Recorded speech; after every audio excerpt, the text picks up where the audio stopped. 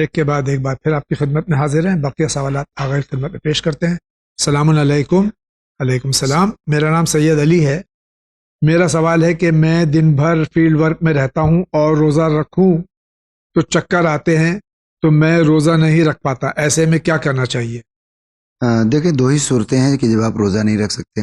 ایک ڈاکٹر منع کر دے اور دوسرے برداشت کے باہر ہو جائے. جی جو انہوں نے کہا اس میں یہ دونوں باتیں نہیں ہیں. جی تو اگر برداشت کے باہر نہیں ہے اور اگر ڈاکٹر نے منع نہیں کیا تو آپ کو وہ برداشت کرنا پڑے گا. لیکن جی. اگر مان لیجیے برداشت نہیں ہوتا ہے تو آپ چھوڑ سکتے ہیں، بعد میں آپ کو قضا کر. لیکن اگر یہ پورے سال چلتا رہے اور اگلا رمضان بھی آ جائے تو پھر آپ کے اوپر قضا نہیں ہے. آپ کو ایک مد یعنی 750 گرام اناج آپ کو ہر روزے کے بدلے دینا پڑے گا. لیکن جو انہوں نے کہا ہے اس سے لگتا ہے کہ صرف مشکل یعنی جسمانی تکلیف کی بات ہے کہ جو برداشت کر سکتے ہیں تو آپ کو کرنا پڑے گا. لیکن اگر بالکل برداشت کے باہر ہو جائے تو پھر آپ چھوڑ سکتے. شکریہ. آپ نے گیسٹ مولانا ذکی حسن صاحب نے 3 سٹون بتائے تھے پہننے کے لیے: عقیق، فیروزہ اور در نجف. بٹ میں جب جاب کرتا ہوں کارپوریٹ میں تو یہ تینوں ایک ساتھ نہیں پہن سکتا. آلریڈی میرے پاس یاقوت ہے اور ایک سٹون ہے، تو ایسے میں کیسے مینج کریں؟ انہوں نے یہ نہیں فرمایا تھا کہ تینوں ایک ساتھ میں پہنے، تینوں میں سے کوئی بھی آپ پہن سکتے ہیں. یہ کیونکہ ان تینوں کے بارے میں روایتیں ملتی ہیں. پیغمبر اسلام فرماتے تختم بخواتم العقیق، جی عقیق کی انگوٹیاں پہنا. تو یہ امکانی صورتحال میں جی. لہذا اگر عقیق ان تینوں میں سے کوئی ایک بھی ہے تو اس کو پہنے، کوئی دقت نہیں. شکریہ. السلام علیکم جاوید بھائی و مولانا صاحب. علیکم السلام. میرا سوال ہے، مچھلی کھانے کے بعد دودھ پینے کے لیے منع کیا جاتا ہے جبکہ مچھلی میں دہی پڑتا ہے اور بھی لوگ منع کرتے ہیں. یہ ڈاکٹری سوال ہے؟ اس کو کوئی تعلق نہیں. یہ نہیں ہے ان جو ٹریڈیشنل ہماری جو میڈیسین ہے آیوروید اور یونانی، اس میں یہ ریکمنڈیشن ہوتی ہے. البتہ وہاں پر بھی کوئی خاص کنوکشن کے ساتھ نہیں کہتے کہ چونکہ اس کی تاثیر سرد ہے اور اس کی یا یہ خشک ہے اور وہ تر ہے، اور مچھلی کے ساتھ جو ہے یعنی یہ خشک ہے مچھلی اور جی. وہ جو دودھ دہی جو ہے تر نہیں. یہ دودھ دہی کو خشک سمجھتے ہیں، مچھلی کو تر کہتے ہیں. جی تو ان دونوں کو چونکہ خاصیت الگ الگ ہے تو نظام ہضم کو اس کو ڈائجسٹ کرنے میں دقت نہ ہو جائے. جی. لیکن نہ شریعت میں ہے اور نہ ہی میڈیکل سائنس میں ایسا کچھ ہے تو وہ کھا سکتے ہیں، کوئی دقت. جی شکریہ آغا. السلام علیکم مولانا صاحب اور جاوید بھائی. علیکم السلام. میرا سوال ہے کہ کئی لوگ مرنے والے کے بستر پھینک دیتے ہیں، اگر دھو کر استعمال کر لیا جائے تو کیا حرج ہے؟ کیا مشکل ہے؟ بالکل استعمال کر سکتے ہیں. حتیٰ کہ بعض اوقات کپڑے پھینک دیے جاتے ہیں اسراف نہ ہو جائے، جی ایسا لگتا ہے. تو دھو کر یا بغیر دھوئے بھی اگر اس میں نجاست نہیں ہے تو آپ یوں بھی پیغمبر اسلام نے جناب حمزہ کے لباس کو لوگوں کو دیا پہننے کے لیے. جی. بڑی دلچسپ بات ہے کہ کبھی بھی مرحوم کی جویلری نہیں پھینکی جاتی، جی کپڑے ضرور پھینک دیے جاتے ہیں. جی. تو اس سے لگتا ہے کہ خوف ڈر ہے کہ کہیں کچھ ہو نہ جائے. نہیں، بالکل دے سکتے ہیں. جو انہوں نے پوچھا تھا نا جی کہ دے سکتے ہیں، بالکل دے سکتے ہیں، کوئی مسئلہ. استعمال بھی کر سکتے، خود بھی استعمال کر سکتے. السلام علیکم. علیکم السلام. انشا فرام لکھنؤ. میرا سوال ہے کہ کیا ایک شیعہ لڑکی نان شیعہ لڑکے سے نکاح کر سکتی ہے؟ ٹیکنیکلی کر سکتی ہے لیکن شدید کراہت ہے، اور اگر کیا کہتے ہیں فاسد عقائد کو تسلیم کرنے کے سبب بنے تو حرام. شکریہ آغا. السلام علیکم. علیکم السلام. A woman of 44 years is having issue of passing urine 1 or 2 drops anytime, especially when she makes the niyat and stands for namaz. So she is supposed to change the entire clothes every time and then pray again and change the musalla as well, or she can change only the pant or salwar. Please reply. جی یہ بہت اہم مسئلہ ہے کہ یہ جو مسلوس یا مبتون یعنی جن کو دائم الحدث کہتے ہیں آپ، ان کو لوگ دوسرے طریقے سے یعنی الگ طریقے سے نہیں سمجھتے، جبکہ وہ ان کا معاملہ بالکل الگ ہے. تو اس میں 2 صورتیں ہیں. اگر ایک انسان جس کا ہمیشہ دائم الحدث ہے جی. کہ ہمیشہ اس کا پیشاب یا ٹوائلٹ سے پاس ہو جاتا ہے، تو اگر اس کو پورے ٹائم میں یعنی نماز کے آغاز سے لے کر انجام تک، مثلا 2 بجے سے لے کر 6 بجے تک، ایک کوئی ٹائم ہے کہ جس میں اس کو یقین ہے کہ اس دوران نہیں ہوگا، تو نماز وہ اسی ٹائم پڑھنا اس کے اوپر واجب ہے. جی. اور کسی وقت میں وہ نہیں پڑھ سکتا. لیکن اگر کچھ پتہ نہیں ہے، ممکن ہے ہو جائے، ممکن ہے نہ ہو، تو ایسی صورت میں وہ کبھی بھی نماز پڑھ سکتا ہے. البتہ اگر جب پاس یعنی وہ چیز ہو جائے، اس کے لیے امکان ہو جائے، وہ رک جائے، بیماری ختم ہو جائے، تو پھر اس کو نماز، لیکن اگر کچھ اس کو پتہ نہیں ہے، کچھ بھی ہو سکتا ہے، کچھ بھی نہیں ہو سکتا ہے، تو پھر ایک بار وہ نماز پڑھ لے، اس کے بعد اگر وہ چیز ختم ہی ہو جاتی ہے تو نماز کی تکرار کرنی ضروری نہیں۔ اب آتے ہیں کہ وہ پڑھ رہا ہے، یہ انہوں نے جو سوال کیا کہ وہ پڑھ رہا ہے، اس دوران اس طرح کوئی ضرورت نہیں ہے، اس دوران آپ ایک ایسا لباس یا ایسا کوئی مثلا انر گارمنٹ آپ ایسا استعمال کریں گے جس سے وہ نہ پھیلنے پائے، تو اس دوران جب آپ نماز پڑھ رہے ہیں تو یورین پاس ہو جائے اس کی کوئی ضرورت نہیں ہے، آپ کو بار بار وضو کرنے کی ضرورت نہیں، ایک بار آپ وضو کیجئے ان تینوں صورتوں میں سے ایک بار جب آپ نے شروع کر دیا تو ایک وضو سے آپ نے شروع کر دیا، اب آپ اپنی نماز پڑھیں گے، اس دوران اگر خارج ہوتا ہے تو کوئی مسئلہ نہیں۔ شکریہ۔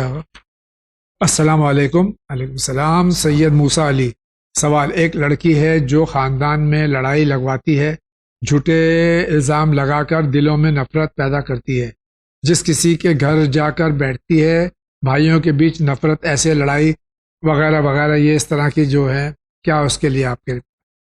ایک مسکنسیپشن ہے جو لوگ نہیں سمجھتے کہ حرام کام یا کسی بھی گناہ میں جو اس کا فیسیلیٹیٹر ہوتا ہے وہ اس میں شامل ہوتا ہے۔ جی، بتائیے کہ بعض روایتیں ملتا ہے کہ جو راضی ہے جی، اس کو بھی وہی سمجھا جائے، تو اس میں بعض اوقات لوگ سوچتے ہیں قطع رحم کی تو برائی مانتے ہیں، جی، خود نہیں لڑائی کرتے رشتہ داروں سے، جی، لیکن دو آدمیوں کو لڑا دیتے ہیں، جی، لیکن وہ نہیں سوچتے کہ اگر یہ قطع رحم برا ہے تو لڑانا بھی برا ہے، جی، اگر قطع رحم مان لیجیے ایک گناہ کبیرہ ہے تو فتنہ تو مزید قتل سے بھی زیادہ برا ہے، لہٰذا اس طرح کے لوگوں کو ہوشیار رہنا چاہیے کہ دو لوگوں میں لڑائی نہ لگائیں، اگرچہ آپ کے اپنے تعلقات ان دونوں سے بہتر ہیں، جی، لیکن چونکہ تو آپ دونوں کو لڑا رہے ہیں تو لہٰذا قطع رحم میں آپ کی معاونت، اعانت در حرام بھی حرام ہے۔ شکریہ۔ السلام علیکم مولانا صاحب، میرا نام محمد جعفر ہے، میرا سوال ہے کہ امام زمانہ اجل اللہ تعالیٰ فرجہ شریف کی غیبت میں ہماری کیا ذمہ داریاں ہیں، ضرور بیان فرمائیں۔ جی، امام زمانہ صلی اللہ علیہ وسلم کی غیبت میں کیٹیگوریکلی پیغمبر اسلام اور چھٹے امام محمد جعفر صادق علیہ السلام سے یہ بہت مشہور معروف روایات ہے۔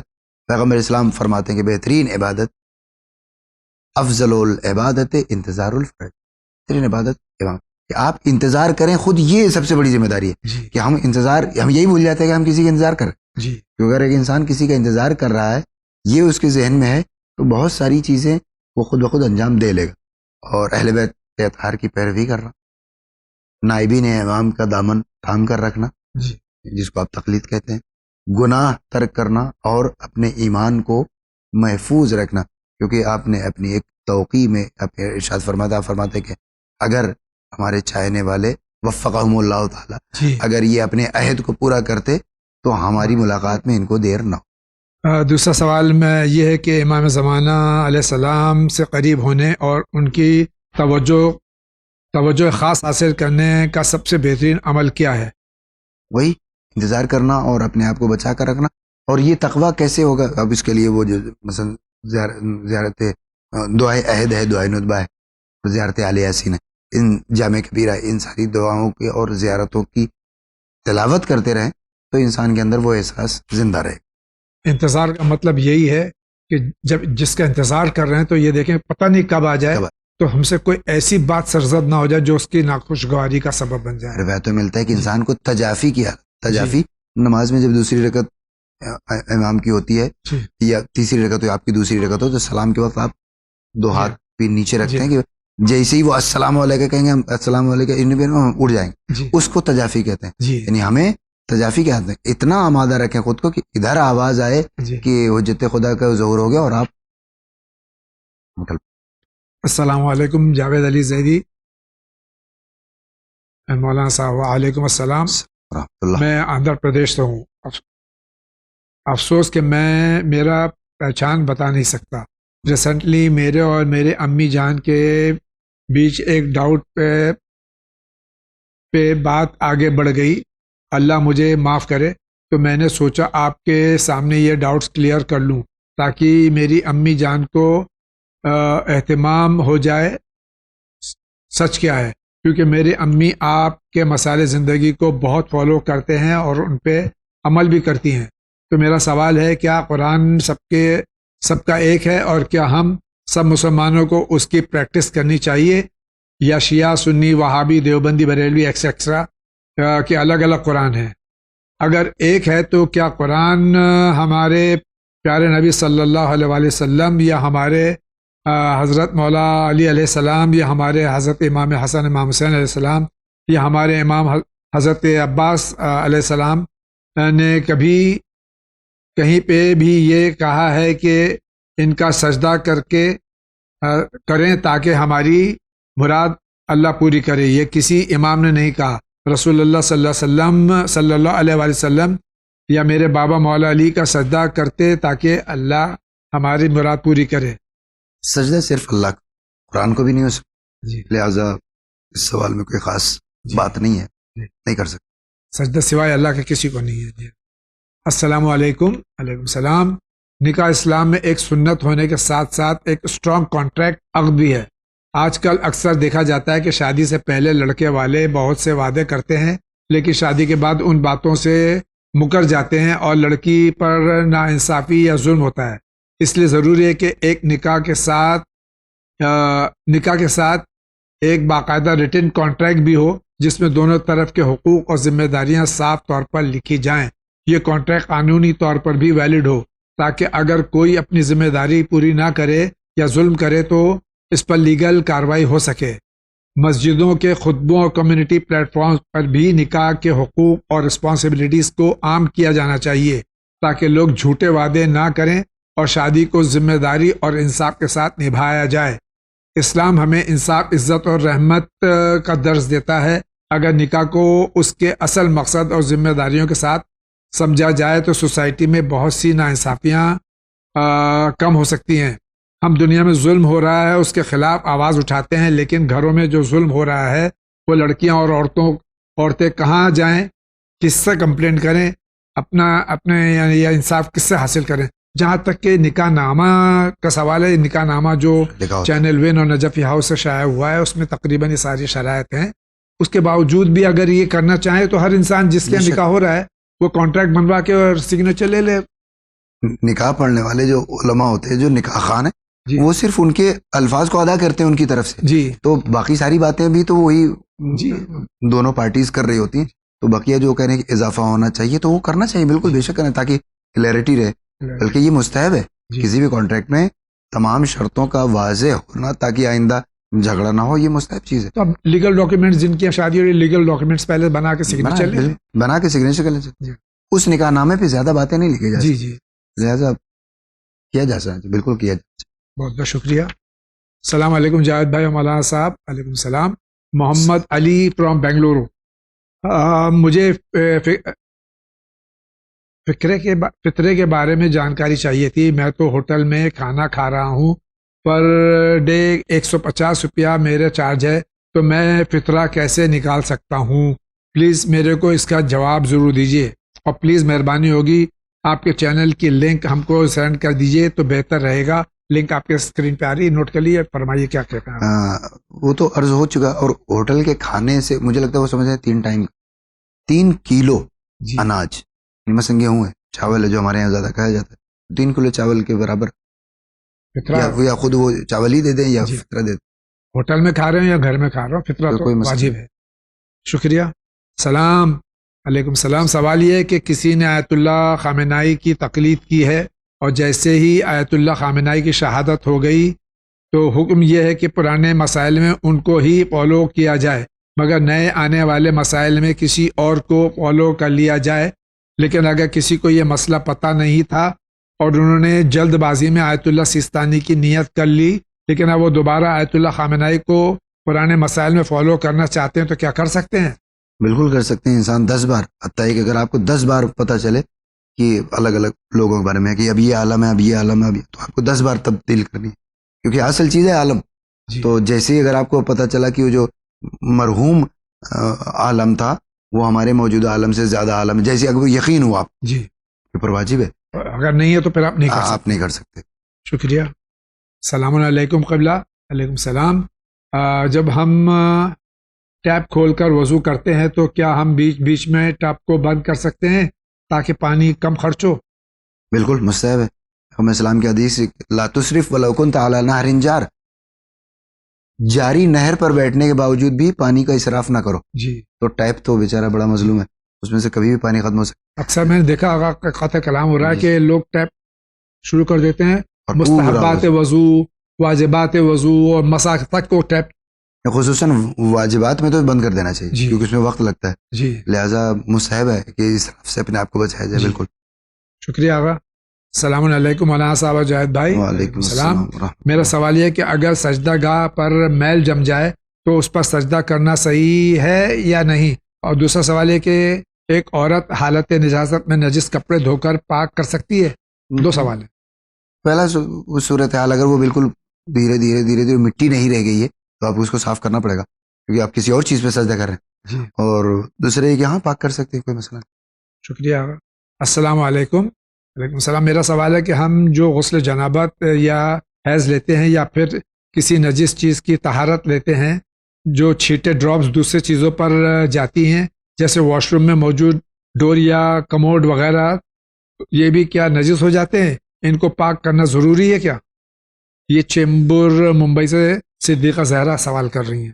ہاں, وہ جو پانی ہوتا ہے جس سے ہم کسی چیز کو پاک کرتے ہیں تو خود وہ پانی اس کے چھینٹوں سے کوئی چیز نجس نہیں ہوتی ہے جب تک کہ اس میں نجاست کے ذرات نہ ہوں. جی لہٰذا جب بھی آپ کچھ دھل رہے ہیں یا مثلا جب آپ پانی ڈال رہے ہیں کسی چیز کے اوپر, ظاہر ہے کہ وہ اس کے ساتھ ساتھ اگر مان لیجیے پانی ڈالتے ہی پانی نجس ہو گیا تو پھر قیامت تک وہ چیز پاک کیسے ہوگی؟ جی تو لہٰذا پانی نجس نہیں ہوتا ہے جی. جب تک کہ اس پانی کے اندر نجاست کے ذرات نہ آئیں. شکریہ آغا. مولانا صاحب جاوید بھائی السلام علیکم. وعلیکم السلام. میرا سوال یہ ہے کہ اگر ہم کوئی منت کا روزہ رکھیں تو کیا اس میں قضا روزے کی بھی نیت کر سکتے ہیں؟ کر سکتے ہیں. قضا روزہ آپ کا اپنا ہے اور آپ نے مانا تھا میں ایک روزہ رکھوں گا, میرے اللہ میں اگر فلاں کام ہو گیا تو ایک روزہ رکھوں گا, تو یہ والا رکھ رہے ہیں مثلا تو دونوں روزوں کی نیت اور ایک ساتھ ہو سکتی ہے. شکریہ آغا. مولانا صاحب جاوید انکل. ہاں, اگر معذرت میں ٹوک رہا ہوں, اگر یہ کہا کہ میں الگ سے روزہ رکھوں گا تب آپ نہیں نیت کر اگر آپ نے اسپیسیفک کر دیا جی کہ میرے معبود میں تیری بارگاہ میں ایک خاص روزہ اگر یہ لیکن اگر یوں ہی کہا کہ میں ایک روزہ رکھوں گا تو یہ والا اور اس دونوں میں کوئی ٹکراؤ نہیں ہے. شکریہ آغا. مولانا صاحب اور جاوید انکل السلام علیکم. وعلیکم السلام. میرا سوال یہ ہے کہ کیا مجبوری کے تحت غسل جنابت کی جگہ تیمم کر سکتے ہیں اور کیا طریقہ ہے؟ بالکل کر سکتے ہیں, وہی جو اس کی شرائط ہے, مثلا پانی نہ ملے, پانی ملے استعمال نہ کر سکتے ہو, پانی یا ملے غصبی پانی ہو. غصب میں پانی ملے استعمال بھی کر سکتے, وقت نہیں ہے جی پانی استعمال, غسل کرنے میں نماز قضا ہو جائے گی. تو طریقہ یہی ہے, میں آپ کو بتا دوں کہ یعنی اب آپ سارے موانع انگوٹھی وغیرہ نکالنے کے بعد مٹی یا پتھر یعنی جہاں جن چیزوں دھول جن چیزوں تیمم ہو سکتا ہے وہاں پر آپ ماریں گے اور ایک بار بال انگلے کی جڑ سے لے کر پیشانی بھاؤں کے اگنے تک آپ اس کو کھینچ کر لے کر آئیں گے اور ایک بار احتیاطاً دائیں بائیں بھی کر دیں گے تاکہ پوری پیشانی کور. تین کام, پہلے سر ماریں گے اور ایک بار یہ, اور تیسرا ہے کہ پہلے دائیں ہاتھ کے اوپر مسا کریں گے پھر بائیں ہاتھ.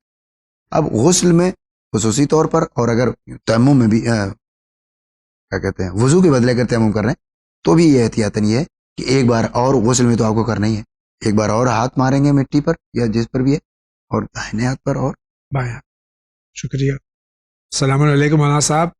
میں نے پہلے بھی یہ سوال کیا تھا پر آپ نے جواب نہیں دیا اور مجھے ابھی جواب نہیں ملا تو جاوید بھائی آپ ذمہ دار ہوں گے میری گمراہیت کے. بہت سخت آپ نے میری لے کے دی بات. ٹیٹو کہاں بنوا سکتے ہیں اور کیا ٹیٹو سے کسی امام کا نام یا کچھ بھی جیسے کہ یا علی قرآن وغیرہ کے الفاظ لکھ سکتے ہیں؟ جی, یہ ٹیٹو دو طریقوں کا, ایک جو آپ کی اپر اسکن پہ ہوتا ہے جی تو وہ تو وضو اور غسل میں مانے بھی ہے, ایک تو اس کو آپ اگر وضو کرنے میں مانے یعنی اس کو نکالا نہیں جا سکتا پھر بنوا ہی نہیں سکتے آپ, اور پھر ائمہ طاہرین کا نام قرآن اس پہ وہ چھونا بھی آپ کے لیے جائز نہیں ہے بغیر وضو. لیکن اگر وہ جو پرماننٹ ہوتا ہے جو اسکن کی دوسری لیئر پہ ہوتا ہے تو اس میں کوئی مسئلہ نہیں, اس کو آپ بنوا سکتے ہیں, وہ مانے نہیں ہوتا ہے, اس میں آپ وضو غسل بھی کر سکتے ہیں. لیکن آگے کیا ضرورت ہے کہ اسکن کے اندر بھی ائمہ طاہرین اور قرآن کی آیتیں آپ لکھیں؟ نہیں, قرآن کی آیتوں کی بات الگ ہے, میں اوور آل کچھ بھی کرنے کی بات جی کرتا ہوں, وہ مانے نہیں ہے. جی مانے لیکن نہیں. اگر ائمہ آپ نے طاہرین درست فرمایا, لیکن یہ جو سوال میں یہ کہ اہل بیت کے نام اور قرآن کی آیتیں یہ لکھنے کی ضرورت ہی کیا ہے؟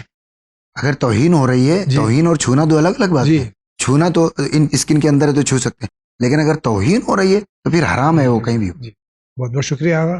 اور جہاں تک کہ یہ آپ کا سوال ہے کہ میں نے آپ کا سوال نہیں لیا, میں اللہ کو حاضر و ناظر جان کے کہہ رہا ہوں جتنے سوال میرے پاس آتے ہیں آڈیو کے ذریعے یا ٹیکسٹ کے ذریعے میں سب بغیر کسی عذر کے پیش کر دیتا ہوں, امانت میں خیانت نہیں کرتا.